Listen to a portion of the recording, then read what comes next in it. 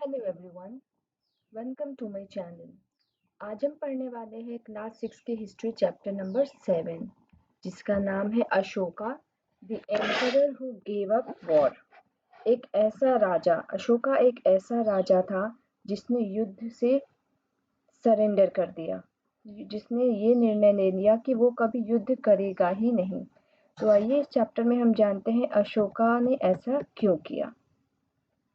इस चैप्टर की शुरुआत होती है एक कहानी के माध्यम से। रोशन्स रुपीज। रोशन कौन है? रोशन, इस लड़की का नाम है रोशन। रोशन clutched the crisp notes that her grandfather had given on her birthday. रोशन को इसके दादाजी ने एक नोट दिया था, एक रुपये, एक करेंसी दी थी उसके बर्थडे पर। While she badly wanted to buy a new CD, she also wanted to just see and feel the brand new notes. क्योंकि स्कूल के टाइम पे जैसे हमें भी करेंसी, हमें भी रुपीस इतने आसानी से तो मिलते नहीं थे, हमें हमारे पेरेंट्स देते थे। उसी तरह रोशन को भी उसके दादाजी ने एक करेंसी दी, एक नोट दी। उस रोशन का तो बहुत मन था कि एक न्यू सीडी खरीदे। सीडी जैसे गाने सुनने के लिए सीडी होते हैं, गेम्स खेलने के लिए सीडी होते थे पहले। आज के समय में सीडी यूज़ नहीं करते, आज तो सब कुछ यूट्यूब पे अवेलेबल होता है। पर उसका बहुत मन था कि वो ब्रांड न्यू नोट, पहली बार उसने जो नोट देखी थी वो उसे देखे, अच्छे से वो देखना चाहती थी, फील करना चाहती थी। It was then that she noticed that all of them had a smiling face of Gandhiji printed on the right and a tiny set of lions on the left. और उस नोट पर उसने क्या देखा, उसका ध्यान गया गांधी जी के स्माइलिंग फेस पे, जो नोट के राइट साइड में प्रिंट होता है, और लेफ्ट साइड में छोटा सा टाइनी टाइनी यानी कि छोटा छोटा सा लायन का सेट बना हुआ था। लेफ्ट में, लेफ्ट के साइड में एक नोट, आप भी एक नोट लेकर देख सकते हो कि राइट साइड में गांधी जी की बड़ी सी पिक्चर होती है और लेफ्ट साइड में लायन, सेट ऑफ लायंस का पिक्चर होता है। What were the lions there for? She wondered. उसके दिमाग में ये ख्याल आया कि लायंस का क्या महत्व है, लायंस की पिक्चर नोट पर क्यों दी हुई है। तो चलिए रोशन के साथ साथ हम भी जानते हैं वो लायंस का क्या महत्व है एक नोट पे, जो आज की करेंसी है। ये पिक्चर आप देख सकते हैं द लायन कैपिटल की। इसमें थ्री लायंस आपको दिखाई दे रहे हैं, लेकिन ये है चार। पीछे साइड में एक लायन है। अगर आप पीछे साइड से देखोगे तो भी आपको तीन दिखाई देगी, सामने से देखोगे तो भी आपको तीन लायन ही दिखाई देंगे। ये ऐसा ही स्ट्रक्चर इसका बना हुआ है। आइए जानते हैं ए वेरी बिग किंगडम के बारे में, जिसको एम्पायर कहा जाता है। जैसे कि हमने शुरुआत से क्या क्या पढ़ा है, राजा के पास पहले जनपद होते थे, फिर महाजनपद होते थे, फिर किंगडम, और उसके बाद बहुत बड़ा जो साम्राज्य हुआ उसको क्या कहा जाने लगा? Empire. The lions that we see on our notes and coins have a long history. जिस लायन को हम अपने नोट्स, कॉइन्स पर देखते हैं, उसके पीछे एक बहुत बड़ी हिस्ट्री है, इतिहास है। They were carved in stone. ये जो आप पिक्चर देख रहे हैं ये किस चीज़ पे बनी हुई है? स्टोन पर, पत्थर को काट कर कार्विंग कर कर इसको बनाया गया है। बहुत ही फाइन पिक्चर बनाई जाती थी पहले। They were carved in stone and placed on top of a massive stone pillar at Sarnath. और इसे कहाँ पर स्थित किया गया था बनाकर? सारनाथ में। सारनाथ में अशोक ने प्लेस कराया था इसे लायन कैपिटल के रूप में, कि वहाँ पे जो पिलर थे उसके ऊपर में इसे लगाया गया था, जिसके बारे में हमने चैप्टर 6 में भी देखा है। Ashoka was one of the greatest rulers known to history, and on his instructions, inscriptions were inscribed on pillars as well as on rock surfaces. Ashoka एक ऐसा राजा हुआ करता था जिसे अशोका द ग्रेट भी कहा गया है, और पूरे हिस्ट्री में one of the greatest ruler Ashoka को माना गया है। और इनके द्वारा ही इंस्ट्रक्शंस दिए जाते थे कि इंस्क्रिप्शंस पे इंस्क्राइब कराए। इंस्क्रिप्शंस क्या होते हैं? जो भी रिसोर्सेज हमें आज पता चलते हैं वो किसके कारण पता चलते हैं? क्योंकि इंस्क्रिप्शंस हमें मिले हैं, रिमेन्स जो हमें मिले हैं इंस्क्रिप्शंस के, उसी से हमें हिस्ट्री के बारे में पता लगता है। और ये सब स्टोन्स पर क्यों बनाए जाते थे? ताकि लॉन्ग टाइम के लिए ये सर्वाइव कर सके। जैसे अगर कागज़ पे कोई चीज़ लिखी होती तो आज हमें हिस्ट्री का पता ही ना चलता। इसी ने इंस्क्रिप्शंस पे इंस्क्राइब कराया था अशोका द ग्रेट ने, और पिलर्स पे लिखवाया as well as on the rock surfaces, पत्थर पर, पिलर पर इंस्क्रिप्शंस के थ्रू इन्होंने इतने सारे रिकॉर्ड्स बनाए थे उस समय में, ताकि फ्यूचर में सबको पता चल सके हिस्ट्री के बारे में। Before we find out what was written in these inscriptions, let us see why his kingdom was called an empire. इससे पहले कि हम इंस्क्रिप्शंस के बारे में जानें, हमें चलिए जानते हैं कि अशोका की जो किंगडम है वो एम्पायर कैसे बना। एम्पायर यानी कि बहुत बड़ा साम्राज्य को एम्पायर कहा जाता है। The empire that Ashok ruled was founded by his grandfather. जिस साम्राज्य को अशोक चला रहे थे, रूल कर रहे थे, उसकी फाउंडेशन किसने रखी थी? उसके ग्रैंडफादर ने, जिसका नाम था चंद्रगुप्त मौर्य। चंद्रगुप्त मौर्य अशोक के दादाजी थे। मोर देन 2300 ईयर्स एगो इसकी फाउंडेशन रखी गई थी चंद्रगुप्त मौर्य के द्वारा। Chandragupta was supported by A wise man named Chanakya, और चंद्रगुप्त को राजा बनाने के पीछे एक वाइज मैन का हाथ था जिसका नेम था चाणक्य और कौटिल्य। इनके नेम चाणक्य भी है, कौटिल्य के नाम से भी ये प्रसिद्ध है, विष्णुगुप्त के नाम से भी ये प्रसिद्ध है। और इसी वाइज मैन के कारण ही चंद्रगुप्त मौर्य राजा बन पाया। Many of Chanakya's ideas were written down in a book called The अर्थशास्त्र। और चाणक्य जो कि वाइज मैन थे चंद्रगुप्त मौर्य के साथ जो वर्क कर रहे थे, उन्होंने एक बुक लिखी थी अर्थशास्त्र जिसका नाम था। उसमें अपने सारे आइडियाज वो नोट डाउन किया करते थे। What is dynasty here? Dynasty का मतलब क्या होता है? When members of the same family become rulers one after another, the family is often called a dynasty. जब एक ही परिवार के व्यक्ति राजा राजा के बाद उसका बेटा राजा, एक दादाजी से स्टार्ट हुआ था, जैसे चंद्रगुप्त मौर्य दादाजी थे, उनके बेटे बिंदुसार, इन बिंदुसार के बेटे अशोका। तो इस तरह से जो फैमिली मेंबर्स ही राजा बनते जाते हैं एक के बाद एक, उसे कहा जाता है dynasty. The Mauryas were a dynasty with 3 important rulers. अब मौर्यन डायनेस्टी जो थे, इनके 3 इंपॉर्टेंट रूलर्स हुआ करते थे। The first is Chandragupta Maurya जिसने फाउंडेशन रखी थी मौर्य एम्पायर की। उसके बाद उनके बेटे बिंदुसार, और बिंदुसार के बेटे अशोका, जो कि अशोका द ग्रेट के नाम से प्रसिद्ध हुए। There were several cities in the empire marked with black dots on the map. बहुत सारे cities एम्पायर के अंदर, बहुत सारे cities एम्पायर क्योंकि एक बड़ा साम्राज्य था तो उसके अंदर बहुत सारे cities बनाए गए थे, जिसे मैप में भी आप देख सकते हो ब्लैक डॉट्स के उसे मार्किंग की गई है ताकि आप पहचान सको कौन कौन से इंपॉर्टेंट सिटीज थे मौर्यन एम्पायर में। These included the capital Pataliputra, Takshashila and Ujjain. और इसमें सबसे इम्पोर्टेंट जो कैपिटल थे वो पाटलिपुत्र है जो कि आज के समय में पटना है, और तक्षशिला एंड उज्जैन।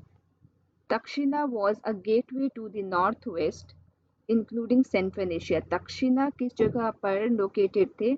वो एक gateway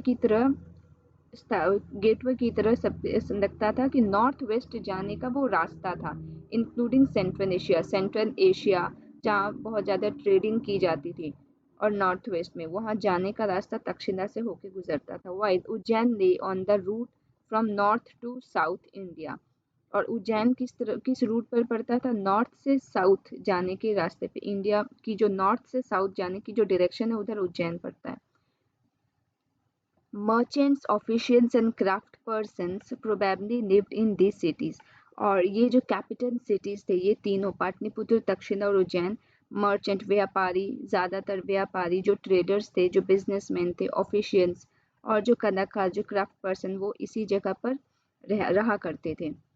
in other areas there were villages of farmers and herders. और बाकी दूसरी जो जगह थे वहाँ पर जो गांव थे वहाँ पे फार्मर्स यानी कि किसान जो खेती करते थे, हर्डर्स जो भेड़ बकरी ये सब चलाते, जो कैटल बियर करते थे, वो लोग रहा करते थे विलेजेस में।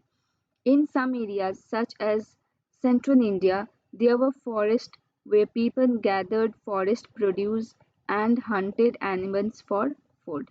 और कुछ एरिया जो सेंट्रल इंडिया में का जो हिस्सा था वहाँ पे ज़्यादातर वो जंगल से घिरा हुआ क्षेत्र था। वहाँ पर लोग किस तरह से जीवन यापन करते थे, वहाँ पे फॉरेस्ट से ही वो खाने की चीज़ें इकट्ठा करते थे, गैदर करते थे और शिकार करके अपने खाने की व्यवस्था किया करते थे। People in different parts of the empire spoke different languages. People in different parts of the empire spoke different languages. जो people different parts में रहते थे वो different languages भी बोलते थे। And you can see the map number 5. इस map में क्या दिया गया है? Principal cities and some of the places where inscriptions were found. यहाँ पर मार्क की गई है जो ब्लैक डॉट्स है वो कैपिटल सिटीज है, जो रेड डॉट्स है वहाँ पर इंस्क्रिप्शंस पाए गए हैं। आज के समय में जब आर्कियोलॉजिस्ट ने फाइंड आउट किया तो इंस्क्रिप्शंस इन जगहों से हमें प्राप्त हुए हैं, जिनके बेसिस पे हम हिस्ट्री को समझ रहे हैं, पढ़ रहे हैं। यहाँ आप देख सकते हैं red dots inscriptions were found, जहाँ जहाँ आप रेड डॉट्स देख सकते हैं वहाँ इंस्क्रिप्शंस मिले हैं और ब्लैक डॉट्स में इंपॉर्टेंट सिटीज मिले हैं। They probably ate different kinds of food and wore different kinds of clothes as well. Languages भी वो डिफरेंट बोलते थे क्योंकि वो डिफरेंट पार्ट ऑफ सिटीज़ में रहते थे, डिफरेंट पार्ट्स ऑफ इंडिया में रहते थे और उनकी खाने की चीज़ें, खाने की हैबिट, क्लोथिंग का सिस्टम वो सब एक दूसरे से डिफरेंट होता था। अगर कोई कश्मीर में है तो वहाँ पे वुलन क्लोथ ज़्यादा पहनते थे, जो नॉर्थ में है वो उनके पहनावे, उनकी क्लोथिंग सिस्टम वो डिफरेंट थी, वो जो साउथ में है उनकी डिफरेंट थी और इस तरह से बहुत डिफरेंट काइंड के वहाँ पे फूड हुआ करते थे और आज भी है। How are empires different from kingdoms? Let us see empire और किंगडम्स में डिफरेंस क्या है। Emperors need more resources than kings because empires are larger than kingdoms and need to be protected by big armies. Emperors को ज़्यादा resources की ज़रूरत पड़ती थी राजा के मुकाबले। राजा एक छोटा सा राज्य चलाता था और एम्परर कौन है? जो बहुत बड़ा, जिसे महाराज कह सकते हैं, बड़े बड़े साम्राज्य को जो संभालते थे वो एम्परर्स होते थे। उनको रिसोर्सेज ज़्यादा लगते थे क्योंकि उनके किंगडम्स बहुत ज़्यादा थे, उनको डिवाइड करना पड़ता था डिफरेंट सिटीज़ में और उनकी सुरक्षा के लिए, प्रोटेक्शन के लिए बिग आर्मीज की भी रिक्वायरमेंट होती थी। So also they need a larger number of officials who collect taxes, और इस वजह से उनको ऑफिशियल्स भी अपॉइंट करने होते थे ताकि वो टैक्सेस कलेक्ट कर सके। टैक्स यानी कि कर, उस समय में उसे कर कहा जाता है, टैक्सेस को कर कहा जाता है। वो इकट्ठा करने की ज़रूरत पड़ती थी, जो सभी लोगों से, व्यापारी हो गए, क्राफ्टमैन हो गए, डिफरेंट लोग से डिफरेंट तरह के टैक्सेस वसूली की जाती थी क्योंकि एम्परर को रन करना था। रूलिंग द एम्पायर, साम्राज्य तो एक बहुत बड़ा खड़ा हो गया था, अशोक ने खड़ा तो कर लिया था लेकिन उसे अब चलाना था। कि जैसे चंद्रगुप्त मौर्य ने फाउंडेशन तो रख दी थी मौर्यन एम्पायर की, एक साम्राज्य खड़ा था, बट एम्पायर धीरे धीरे वो और बड़ा होते जा रहा था क्योंकि राजा का काम था एक्सपेंशन करना। तो एम्पायर बहुत बड़ा हो चुका था, अब उसे किस तरह से चलाना है उसके बारे में हम जानते हैं, वो किस तरह से रूल किया करते थे। As the empire was so large, different parts were ruled differently. क्योंकि एम्पायर बहुत बड़ा था, साम्राज्य बहुत बड़ा था, तो डिफरेंट पार्ट्स को डिफरेंट तरह से रूल करने के लिए लोग चाहिए होते थे। The area around Pataliputra was under the direct control of the emperor. जो पाटलिपुत्र का जो एरिया था, जो कैपिटल सिटी जिसे मानते थे राजा, वो डायरेक्ट कंट्रोल एम्परर के पास था। पाटलिपुत्र का डायरेक्ट कंट्रोल एम्परर के पास था।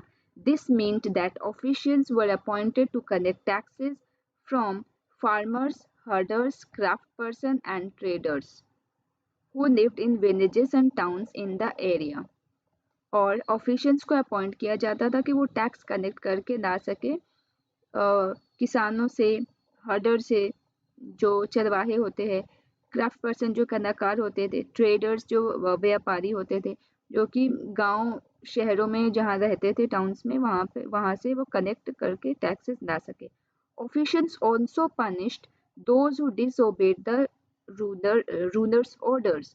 जो ऑफिशियल्स थे उनके पास ये भी परमिशन थी कि वो पनिश कर सके अगर कोई भी राजा के ऑर्डर को न माने।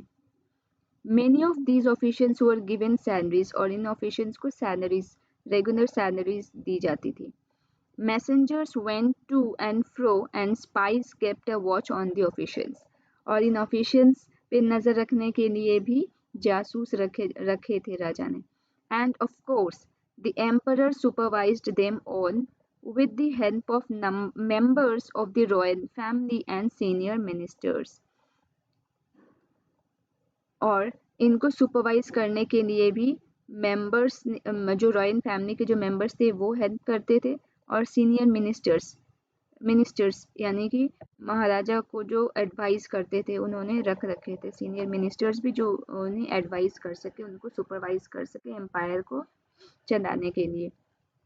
देयर वर अदर एरियाज और प्रोविंसेस, और भी एरियाज और प्रोविंसेस थे जहाँ पे रूल करना होता था।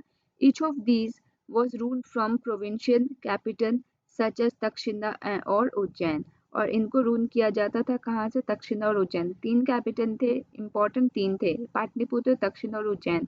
Pataliputra direct control of the emperor के अंदर आता था, और बाकी जो तक्षशिला और उज्जैन को संभालने की थी वो कंट्रोल रॉयल प्रिंसेस के पास होते थे। Each of these was ruled from provincial capitals such as Takshina and Ujjain, although there was some amount of control from Patliputra, and royal princes were often sent as governors, local customs and rules were probably followed। Rules जो राजा ने बनाए थे वही follow होता था। देखभाल के लिए as a governor royal princes को, जो राजा के जो बेटे थे, उनको भेजा जाता था एज अ लोकल गवर्नर देख रेख करने के लिए दक्षिण और उज्जैन एरियाज के। Besides, there were vast areas between these centers. Here, the Mauryas tried to control roads and rivers, which were important for transport, and to collect whatever resources were available as tax and tribute। यहाँ modern empire को control करने के लिए इन्होंने जो भी trading system था, जो भी ट्रेडर्स के रूट्स थे जहाँ से होकर ट्रेडिंग की जा सकती थी, जैसे रिवर्स हो गए, रोड्स हो गए, उन सब पर राजा का कंट्रोल था, ताकि इनको पता चल सके कहाँ से कितनी ट्रेडिंग हो रही है, कहाँ से कितने रिसोर्सेस आ सकते हैं as a tribute and tax. Tribute और टैक्स में डिफरेंस क्या है? टैक्स जो कि मैंडेटरी है सबके लिए, राजा के ऑर्डर से उनको पे करना है टैक्स, एंड ट्रिब्यूट वो अपनी मर्जी से राजा को कुछ भी सरप्राइज गिफ्ट या प्रेजेंट दे सकते हैं, वो ट्रिब्यूट है। फॉर एग्जाम्पल, द अर्थशास्त्र tells us that the north west was important for blankets and south India for its gold and precious stones. जैसे कि हर एरिया को डिवाइड किया गया था, जहाँ पे जो भी रिसोर्सेज अवेलेबल हो उस अकॉर्डिंग वो अपना टैक्स पे कर सकते हैं। जैसे कि Kashmir area, north west area में कश्मीर पड़ता है, वहाँ पे ब्लैंकेट्स इजीली अवेलेबल है तो वो ब्लैंकेट्स देते थे राजा को। साउथ इंडिया में gold and precious stones available है तो वो देते थे राजा को। It is possible that this resources were connected as tribute, और ये अपनी मर्जी से भी देते थे, उसे ट्रिब्यूट कहा जाता है। Tribute. Unlike taxes, which were collected on a regular basis, tribute was collected as and when it was possible from people who gave a variety of things more or less willingly। और जैसे taxes और tribute में difference है। Taxes देना mandatory है, और tribute वो लोगों की मर्जी से वो लेकर जाते थे। There were also the forested regions. People living in these areas were more or less independent, but may have been expected to provide elephants, timber, honey, and wax to Mauryan officials। कुछ area जो थे Mauryan empire के, वो forested है, वो जंगल से घिरे हुए थे। वहाँ पर जो लोग रहते थे वो लोग इंडिपेंडेंट तरह से रहते थे, राजा का ज़्यादा वहाँ पर पावर नहीं चलता था, बट उनसे भी ये एक्सपेक्ट की जाती थी कि वो भी राजा को कुछ ना कुछ एज अ टैक्स दे। जैसे कि एलिफेंट्स हो गए, आर्मी के लिए ज़रूरत पड़ती थी एलिफेंट्स की, वो फॉरेस्ट एरिया से मिलते थे।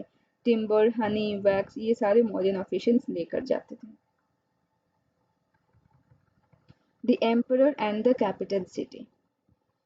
Late us know about the emperor, राजा के बारे में और कैपिटल सिटी के बारे में जानते हैं। Megasthenes was an ambassador who was sent to the court of Chandragupta by the Greek ruler of West Asia named Seleucus Nicator। अब एक नया नाम आता है मेगास्थनीस। मेगास्थनीस कौन था? ये एक एम्बेसडर था, ग्रीक एम्बेसडर था, ग्रीक से आया था, इसीलिए ये ग्रीक एम्बेसडर था। और किसके द्वारा भेजा गया था? सेल्यूकस निकेटर के द्वारा। सेल्यूकस निकेटर के द्वारा मेगास्थनीस को भेजा गया था चंद्रगुप्त मौर्य के कोर्ट में। Megasthenes wrote an account about what he saw. Here is a part of his descriptions। और मेगास्थनीस क्या लिखता था? जो भी वो देखता था वो एक अकाउंट बना के उसमें लिखता था, पूरे डिस्क्रिप्शन को लिखते थे कोर्ट के बारे में, चंद्रगुप्त मौर्य के कोर्ट के बारे में। और सेल्यूकस निकेटर कौन था? सेल्यूकस निकेटर एक राजा था जो वेस्ट एशिया में रूल करता था, और इनकी चंद्रगुप्त मौर्य की शादी सेल्यूकस निकेटर की बेटी के साथ कराई गई थी।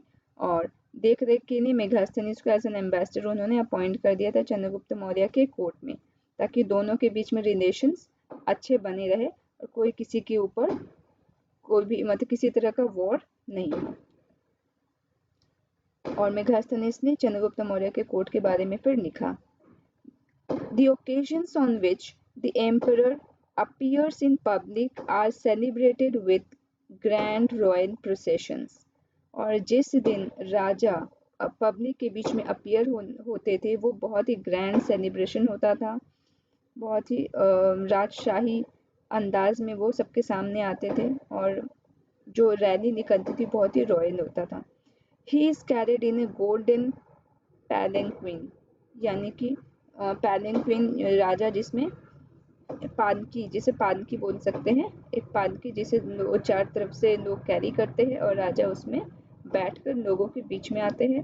His guards ride elephants decorated with gold and silver. और उनके जो सिक्योरिटी गार्ड्स जो होते थे वो एलिफेंट्स पे बैठ के उनके आसपास उनकी सुरक्षा के लिए रहते थे, और हाथियों को सोने और चांदी से जेवरों से सजाया जाता था। Some of the guards carry the trees on which the live birds, including a flock of trained parrots, circle about the head of the emperor।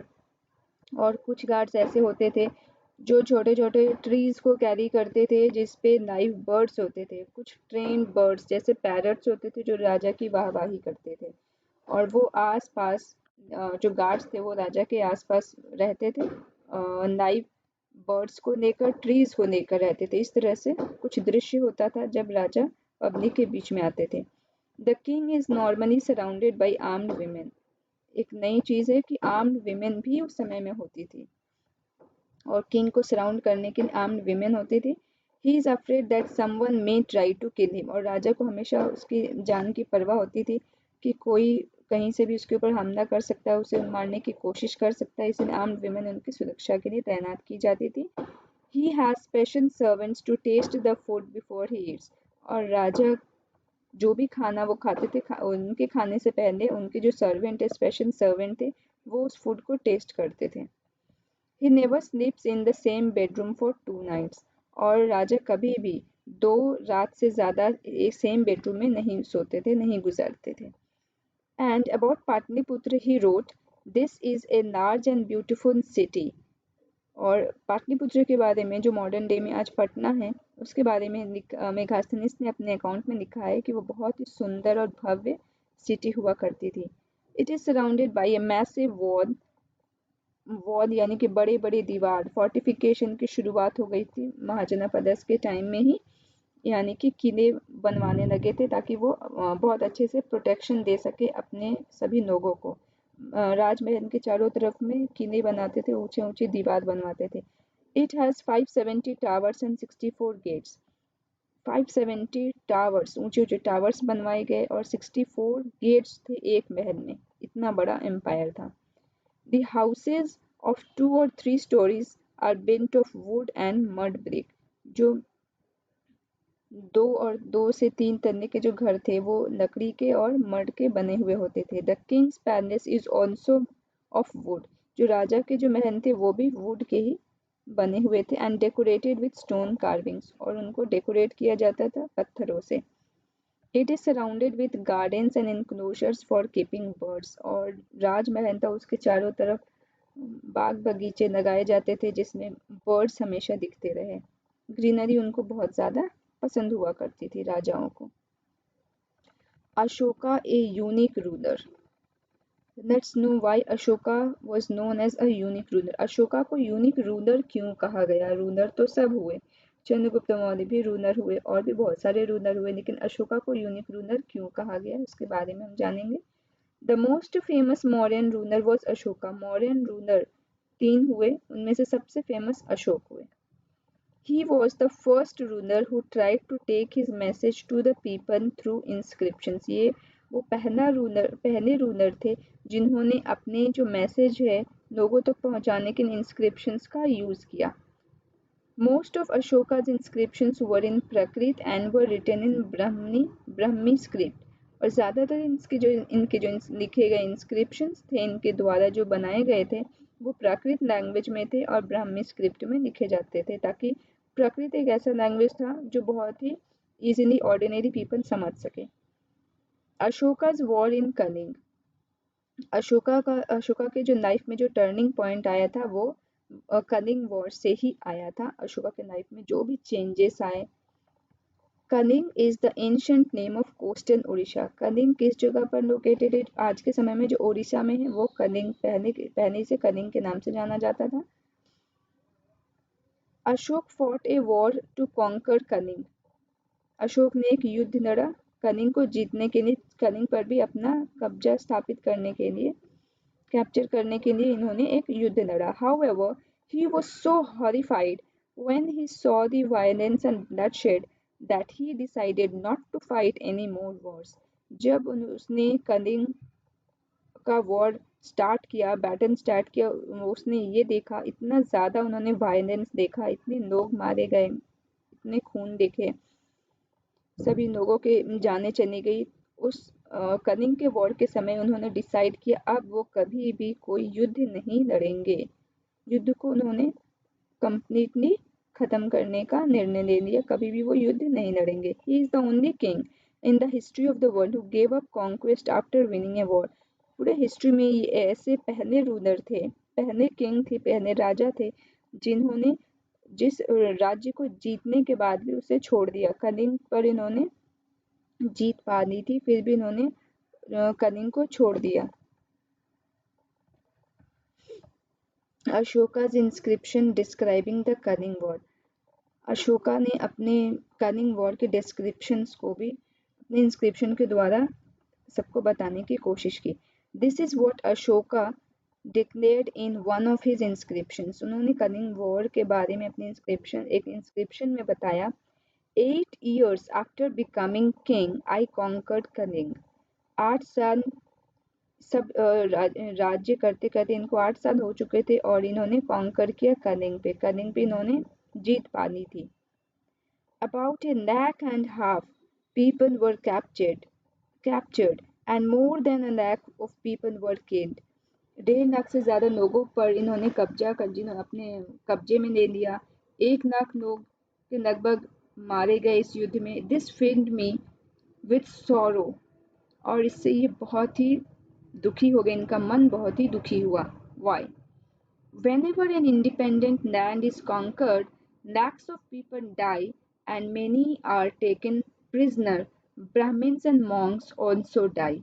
जब भी किसी भी लैंड पर कब्जा करने के लिए लोग जाते हैं, युद्ध होता है, तो लाखों लोग की जाने जाती है, लाखों लोग बंधक बन जाते हैं, एज अ स्लेव उनको ट्रीट किया जाता है। ब्राह्मण और मोंग जिनका कोई भी दोष नहीं होता, उनकी भी हत्या कर दी जाती है एक युद्ध में। People who are kind to their relatives and friends, to their slaves and servants die or lose their loved ones. और सभी लोग अपने रिश्तेदार, दोस्त, अपने सर्वेंट्स, स्लेव्स सबको खो देते हैं एक युद्ध के कारण। That is why I am sad and have decided to observe Dhamma and to teach others about it as well. और इसलिए मैं बहुत दुखी हूँ कि मैंने जो भी किया उसका मुझे बहुत ही खेद है कि मैंने ऐसा कुछ किया और अब मैं ना ऐसा कुछ करूँगा ना किसी को करने दूंगा। और इन्होंने डिसाइड किया अब वो धर्म के रास्ते पर चलेंगे और सभी को ऐसा सिखाएंगे भी।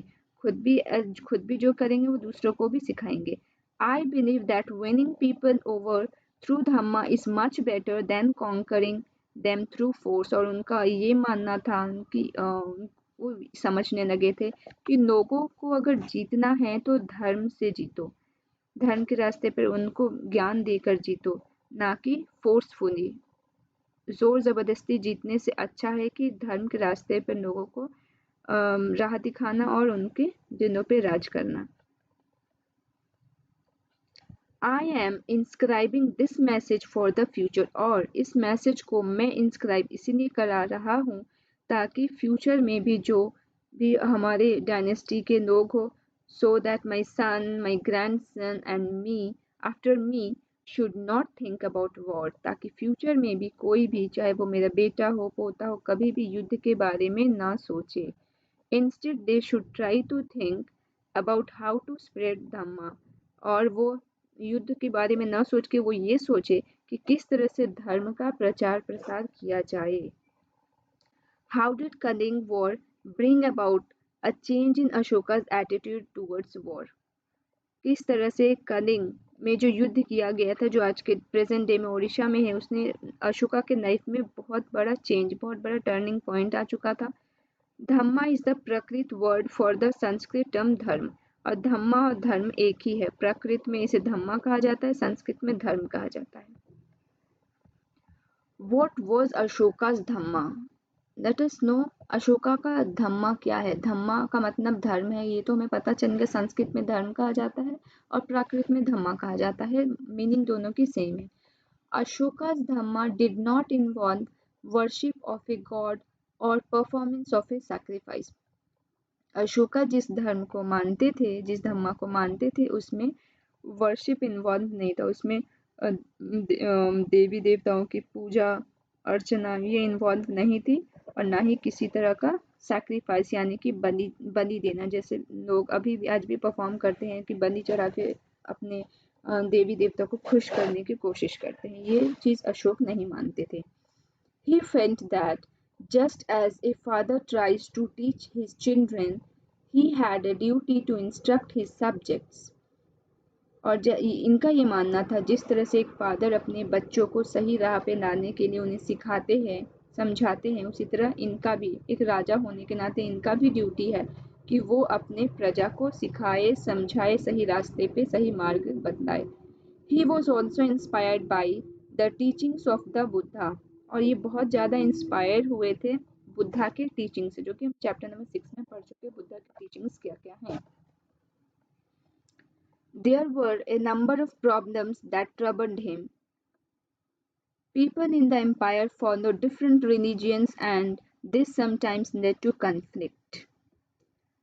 उनको एक बात की बहुत ज़्यादा चिंता होती थी कि लोग जो उनके एम्पायर में रहते हैं वो डिफरेंट रिलीजियंस को फॉलो करते, अलग अलग धर्म को फॉलो करते हैं और इस वजह से उनमें बहुत ज़्यादा कन्फ्लिक्ट होता है कि हमारा कोई समझते हमारा धर्म अच्छा है, उसका बुरा है। वो ऐसा इसी वजह से इनके एम्पायर में बहुत ज़्यादा लोगों के बीच कन्फ्लिक्ट होने लगे। Animals were sacrificed. और बेजुबान जानवरों की बलि बहुत ज़्यादा चढ़ाया जाता था। Slaves and servants were in treated. जो नौकर जो स्लेव कैटेगरी के लोग होते थे उनके साथ मिसबिहेव किया जाता था, उनको इन ट्रीट किया जाता था, अच्छा व्यवहार नहीं किया जाता था।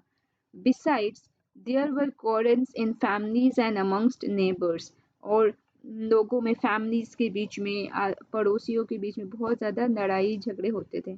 Ashoka felt it was his duty to solve this. Ashoka को लगता था ये इसी की एक राजा की ही ड्यूटी है इन सब के प्रॉब्लम को सॉल्व करना। So he appointed officials known as Dhamma Mahamatta. इसकी धर्म के महात्मा जो होते थे उनको उन जैसे ऑफिशियल्स इन्होंने अपॉइंट किए। Who went from place to place teaching people about Dhamma. इन्होंने ऑफिशियल्स अपॉइंट किए जो एक जगह से दूसरी जगह जा जाकर लोगों को धर्म का बारे में समझाने लगे, उनको टीचिंग्स देने लगे। Besides, Ashok got his messages inscribed on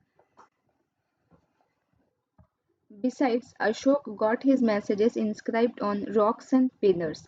और अशोक ने रॉक्स एंड पिलर्स पे अपने मैसेजेस को इंस्क्राइब करना शुरू कर दिया ताकि लोगों तक इनकी मैसेज पहुंच सके।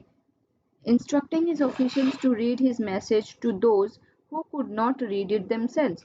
और अपने ऑफिशियल्स को इन्होंने इस तरह की ट्रेनिंग दी थी कि ये वे लोग उन लोगों को पढ़ के भी सुनाएं वो मैसेज उन्होंने क्या लिखा है, मैसेज में क्या है। जो लोग पढ़ नहीं सकते थे उनको पढ़ के भी बताया जाता था, सुनाया जाता था कि अशोक ने अपने मैसेज में क्या लिखा है।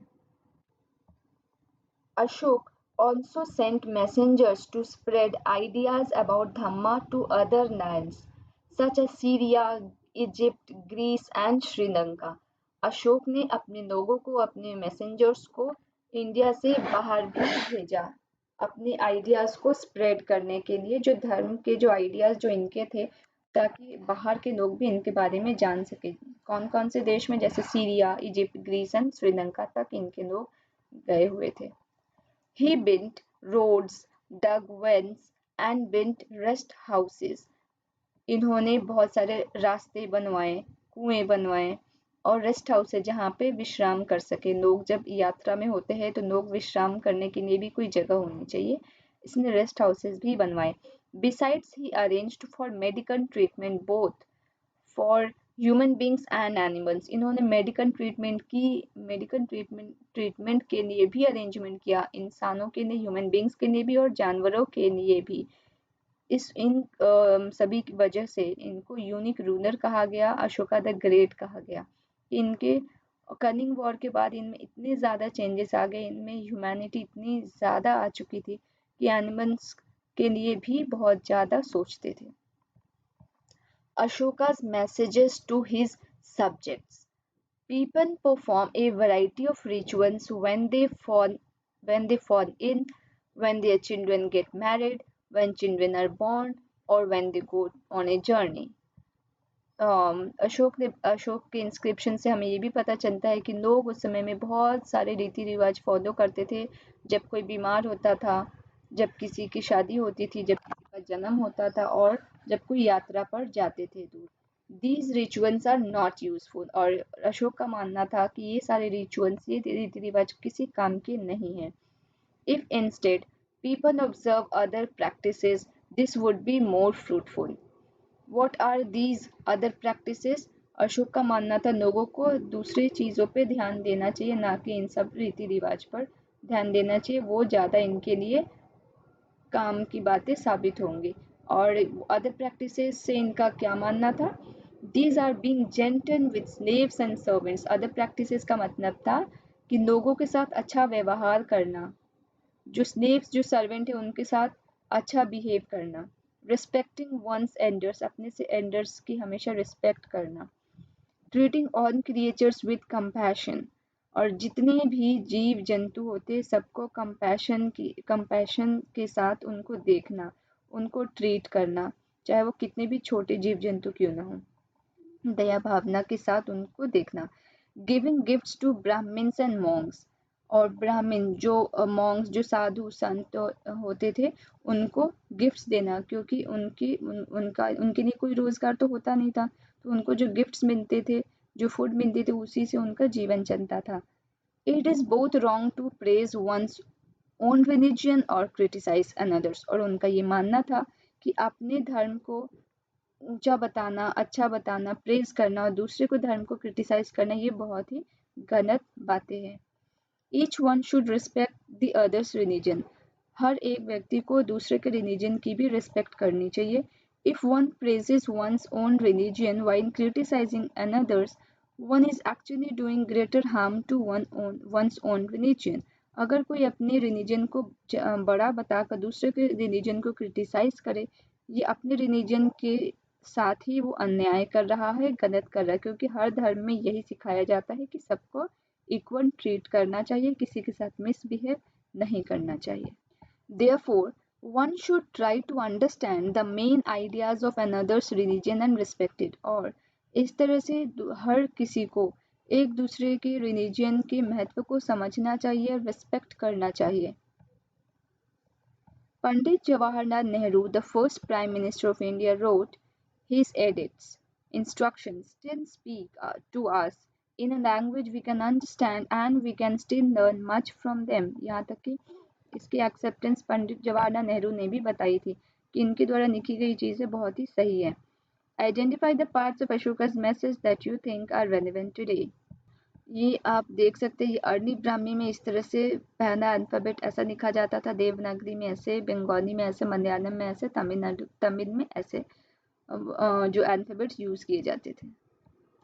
Somewhat before the time of modern empire, about 2400 years ago, emperors in China began building the Great Wall.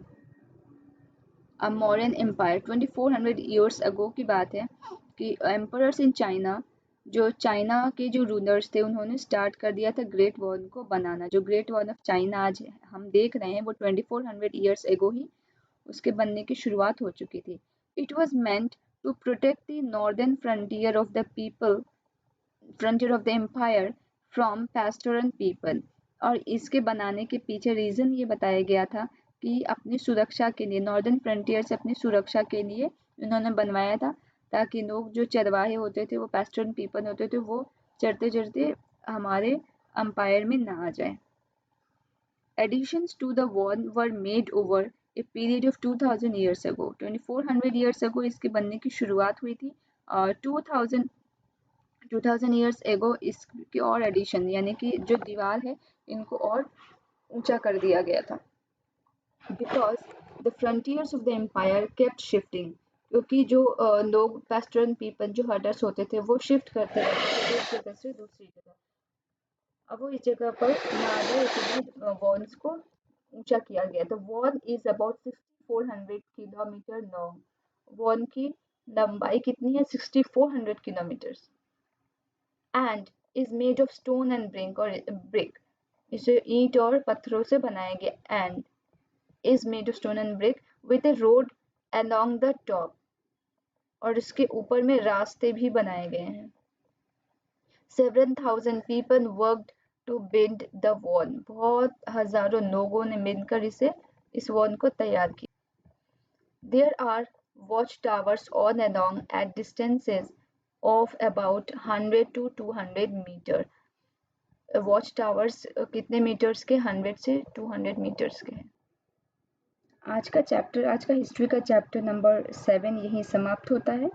आपके जो सॉल्यूशंस है इस चैप्टर के, वो आपको टेलीग्राम चैनल पे मिल जाएंगे। टेलीग्राम चैनल का लिंक आपको कमेंट सेक्शन या डिस्क्रिप्शंस में दिए गए हैं। आप वहाँ से टेलीग्राम चैनल को ज्वाइन करें और इसकी सॉल्यूशन वहाँ पे शेयर कर दिए जाएंगे। Thank you for watching this video.